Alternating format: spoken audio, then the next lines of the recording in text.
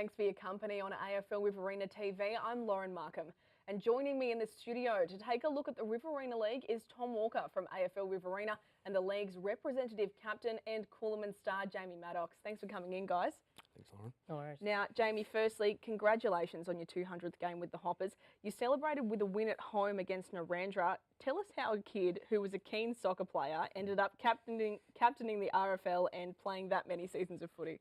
Yeah, it's a bit of a surprise even for me as well. So I grew up playing soccer, played and still enjoy my soccer, but had a lot of friends playing football, so I decided to come and play at Coolamon, and yeah, just sort of continued on from there and ended up playing a fair few games, so it's good. And now, who were some of the big influences on your footy career, and what were some of the most important things you learnt about footy as a young first grader? I think Matt Hard would be the biggest influence on my career. He's pretty well been my coach for most of the way through. So he's taught me a lot about the main things he taught me were consistency, week in, week out, trying to be a good player each week rather than just being up and down, which I was when I first started my career. So tend to pride myself on being consistent week in, week out now. And now there are plenty of players in the league who've rated you as one of their toughest opponents. Who did you enjoy or least enjoy playing against in your career? Yeah, I've played against some good footballers. I think lining up on Brad Aiken a fair few times when Colin Gully come into the league, he was very tough to play against. He was quick and skillful and tough, so he'd have to be right up there, and yeah. And now back to this week then, you've got Wagga Tigers. Are they as good as any side you've seen in the league in recent years? Yeah, you could say that. Yep, they're still a very young side. They're young, very fit, very quick, but yeah, they're going to be very hard to beat this week, obviously, and they're going to be strong chance for the premiership too, I think. Yeah. And now, Tom, Tigers have lost one game this season. Do you think that loss to Mango shows that they're vulnerable, or maybe it was a loss that they needed? I'm not sure if it's a loss that they needed. I don't think it showed them that they were vulnerable. I think Mango are a good team and beat them on their day. It will be a tough task against Coolamon.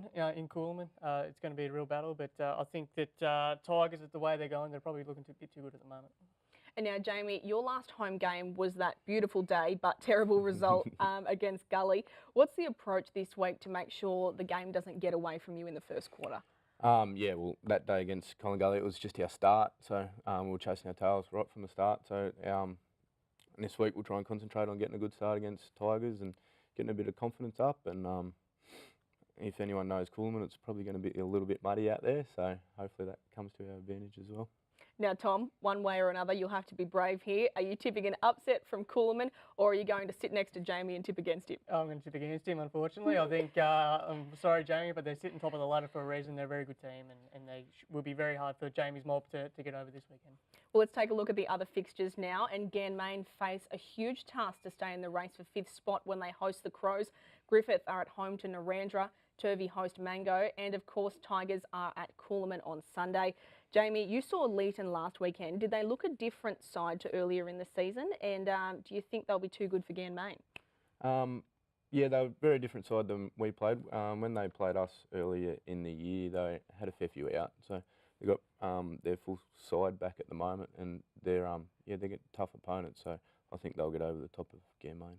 Now, do you think the Lions can stay in the hunt, or are they in a bit of trouble since they play Wagga Tigers next week? I think they might be in a little bit of trouble because from what I've seen, I think Colin Gully have a pretty good draw as well. So Tigers obviously be hard to beat for Ganmain, but I think Gully might sneak into that 5th spot. And Tommy, do you think that the Lions can make a final surge, or they are in a bit of strife there? They just need to win. It's as simple as that. If they don't win, they're more or less out. Colin Gully breathing down their neck. It's going to be a big game against Leeton, but yeah, Lions just simply have to win. Now, Jamie, I'm tipping you'd be backing Mango and Griffith to win their games. What have you made of Griffith and the Goannas, and how do they compare to Leeton, Tigers and Gully? Yeah, they're both very good sides actually. Griffith dig pretty deep in their midfield. They've got a lot of quality footballers through there, so they'll be very competitive. And obviously Mango, playing in the last 2 grand finals, they're tough opponents as well, and I think that Mango might like the open grounds a bit more come finals time, so they'll be tough to beat as well. And now, Tom, are you prepared to tip an upset from Turvey or Narrandera? No, I think to do 2 games for both Swans and Mango are too important going into finals. They want to carry strong momentum going into the final weeks of the year, so I think both those guys will be too good. Now, Jamie, with 3 games to go for the Hoppers, how do you assess your season as a team? Yeah, it's about development for us. We knew from the start that we had a lot of young players that were going to play a lot of football this year, and that's been the case. We've got a lot of under-17s players that have played nearly every game for us this year, so we see it as being a development year for them, getting some football into them and trying to get their learning up. We'd like to be competitive in the last 3 games, and hopefully we can snag 1 or 2 wins and create a bit of a stir in the finals contenders. And now, what about individually? You're equal 3rd in the JRC Electrical Services Player of the Year award.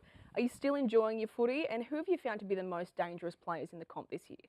Yeah, still loving my footy. I've enjoyed this year playing with the young guys and trying to teach them a little bit from my experiences. And just on the other players, and yeah, I think Jaden Klemke's leading the player count there, and he's in really good form. He played extremely well against us, and he was a very tough opponent, very good in the clearances and everything like that. So he'll be he's a very tough player. And then Griffith have got the likes of Ben King and Guy Orton and those sort of guys running through their midfield, and they're tough opponents to play against as well. Well, thanks so much for coming in, guys, and enjoy a big weekend of footy. Thank you. All right.